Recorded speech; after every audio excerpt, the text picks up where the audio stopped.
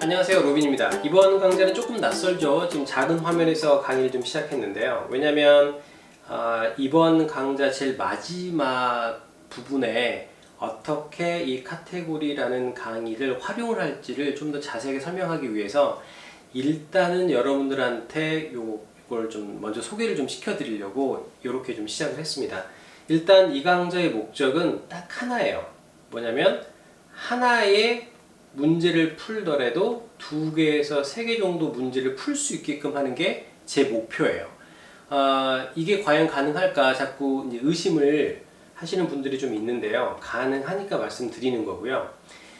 시험을 대비하는 영어 공부는 영어 실력 향상도 물론 중요하지만 영어 실력보다는 단기간 내에 점수를 빨리 확보하는 게 우선시입니다. 취업을 할 때도 점수가 있어야 되는 거고 승진도 점수가 있어야 되는 거예요.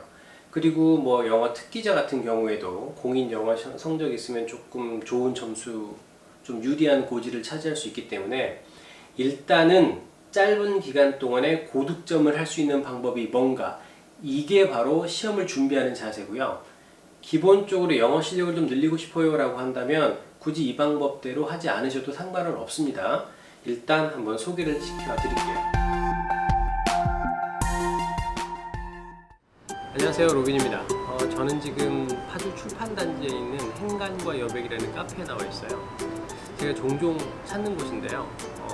주말이나 아니면 평일에 시간 날 때 와서 커피 마시면서 또 출판사랑 같이 연계가 돼 있어서 책도 많이 있어요. 책도 읽고 커피도 마시고 이야기도 나누고 이렇게 여유를 찾는 곳인데요. 여러분도 한 번 정도 이렇게 출판단지 오셔서 여유를 좀 즐기시면 도움이 많이 되지 않을까 싶어요. 공부하는 것도 중요하고 회사 생활, 가정 생활, 직장 생활 다 중요하지만 조금이라도 여유를 찾으시면 오히려 정신 건강에도 도움이 되지 않을까 싶습니다. 저는 조금 더 쉬다가 들어갈게요.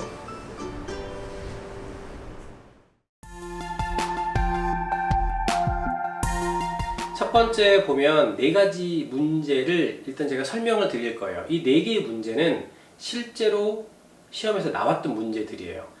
여러분이 이 4개의 설명을 다 듣고 나서 이게 과연 같은 하나의 카테고리로 묶일 수 있는 건지 아닌 건지를 판단을 한번 해보시기 바랍니다.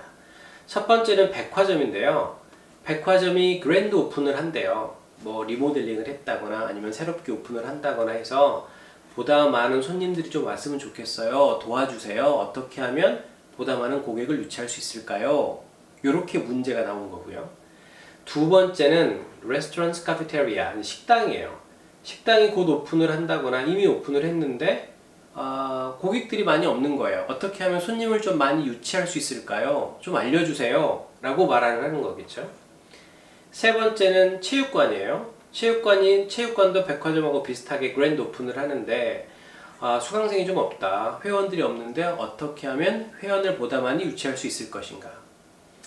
캠핑을 가는데 어떻게 하면 사람들을 많이 끌어모을 것인가, 어떻게 하면 참여자를 늘릴 것인가 하는 거예요.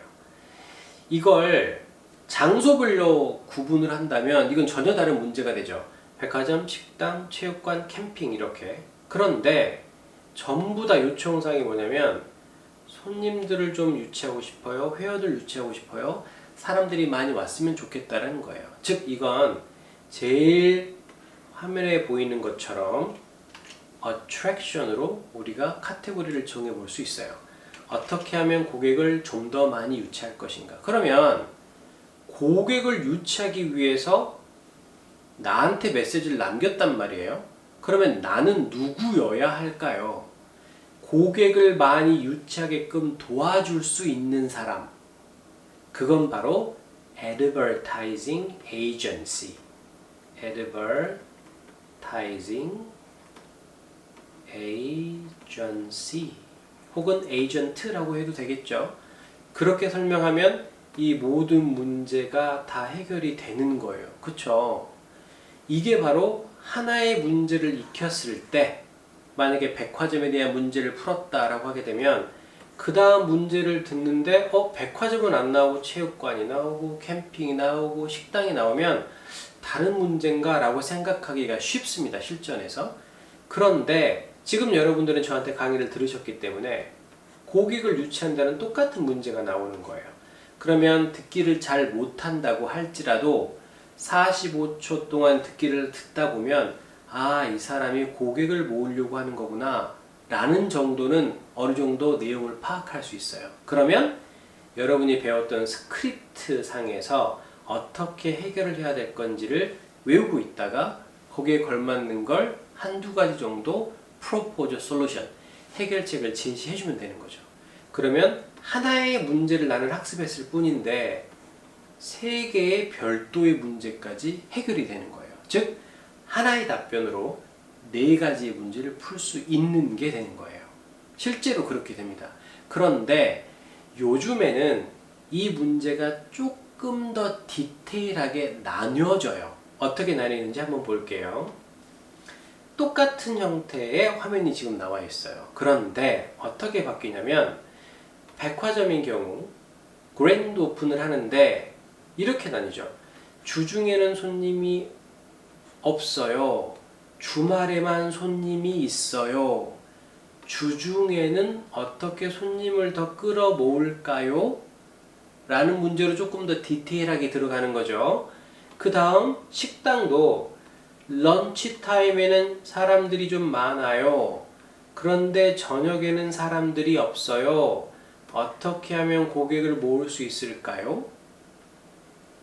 체육관도 마찬가지예요. 젊은 사람들은 많이 유치를 했는데 나이 드신 회원분들을 모시고 싶은데 어떻게 하면 나이 드신 회원분들을 모집할 수 있을까요? 하는 거고요. 4번째, 캠핑 같은 경우에도 어린 학생들 모집을 하고 싶다든지 아니면 몇 세 이상 나이 드신 분들에 대한 캠핑 이벤트를 한다라든지 이렇게 연령대를 조금 더 구체화시켜서 나오면 훨씬 이전에 들었던 것보다는 문제가 어렵게 느껴진단 말이에요. 실전에서는. 하지만 어차피 전부 다 어트랙션에 관련된 문제인 거예요. 그러면 일단 하나의 스크립트를 가지고 4개의 문제를 푼다 라고 이전 화면에서 말씀드렸고, 지금처럼 디테일하게 되는 건 어떻게 해야 되느냐, 가능한 한 어트랙션에 대한 문제에 대해서 답변을 준비할 때는 최소한 2개 혹은 3개, 최소 2개 정도의 답변은 숙지를 꼭 하고 계셔야 돼요. 하나는 조금 일반적으로 사용할 수 있는 거, 그리고 2번째는 연령대에 맞춰서 할 수 있는 것. 이 2가지를 익히고 있으면 지금 현재 말씀드린 게 실제로도 다 나왔던 문제이기 때문에 총 8문제인 거예요. 일반적으로 고객들을 유치할 수 있는 거 2가지 경우로 다 나눠줬으니까 4, 2, 8, 그쵸? 8개의 문제가 패턴 2개로 다 처리가 되는 거죠. 이해되셨죠? 이렇게 공부를 해야 여러분이 하나의 문제를 풀어서 학습을 했다고 하더라도 다른 문제도 우리가 충분히 해결할 수 있는 능력이 생기게 되는 거죠. 그러면 이렇게 attraction이라는 카테고리에 대해서 답변을 준비할 때는 어떻게 할 것인가? 이 다음. 자, 요거는 화면에 있는 거 뭐 캡처를 하시거나 이렇게 하지 마시고 아래쪽에 링크를 걸어놨으니까 거기서 다운 받으세요. 요거 그대로 여러분들한테 제공을 해드릴 테니까 걱정하지 마시고요.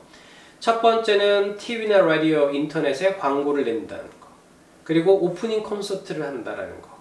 유명 인사를 초대한다는 거. 그리고 디스카운트 이벤트를 한다는 거. 그리고 프리미엄, 경품입니다. 경품을 제공한다는 것. 이렇게 5가지 정도 되겠죠. 그쵸? 그런데 좀 전에 연령대별로 나뉘고 혹은 뭐 런치타임, 디너타임으로 나뉘고 위크데이, 위크엔드로 나뉘었다면 조금 더 구체적으로 만약에 아이들을 모은다라고 하게 되면 경품 준다. 나이 드신 분들을 모은다고 하게 되면 헬스케어 서비스를 한다든지 정기 건강검진 서비스를 해준다라든지 이런 식으로 접근을 하면 되게 좋죠. 일단 추천드리고 싶은 방법은 첫 번째와 5번째를 조금 익혀주십사라고 부탁을 드리고 싶네요. 1번은 거의 대부분의 경우에 다 해당이 되는 사항들이에요. 광고를 낸다는 것. 앞에서 말한 4가지 경우 전부 다. 그리고 조금 더 문제가 구체적일 때는 5번째를 활용하면 제일 좋겠죠. 이 attraction은 가장 많이 나오는 문제에 대한 첫 번째 카테고리고요. 이 외의 카테고리들이 더 많아요. 일단 이걸 먼저 알려드리는 이유는 출제 빈도가 그만큼 높기 때문에 알려드린 거예요. 자, 그러면 이걸 가지고 어떻게 처리를 해야 되냐면 어트랙션에 대한 문제도 있고 다른 카테고리별로 한 5, 6가지 정도로 정리를 할 수 있는데요. 요거는 제가 정리한 걸 다른 문제, 최근 문제까지 조금 엮어서 여러분들한테 추후에 공지하는 식으로 제가 오픈을 좀 해드리도록 하겠습니다. 그래야 여러분들이 최소한의 노력으로 최대의 성과를 얻을 수 있는 거예요. 제가 원하는 건 이 방송을 보시는 분들이 가능한 한 시간을 절약하고 돈을 절약하고 가능한 한 짧은 시간 동안에 원하는 점수에 꼭 도달하기를 바라는 마음으로 제작을 했으니까 이 점을 꼭 인지해 주시고 많은 도움 되셨으면 좋겠습니다. 그리고 제가 꾸준히 업데이트를 할 테니까 최신 문제 많이 받아가셔서 좋은 결과 있으시길 바라고 파트 6 마지막 파트에서 뵙도록 하겠습니다. 수고하셨습니다.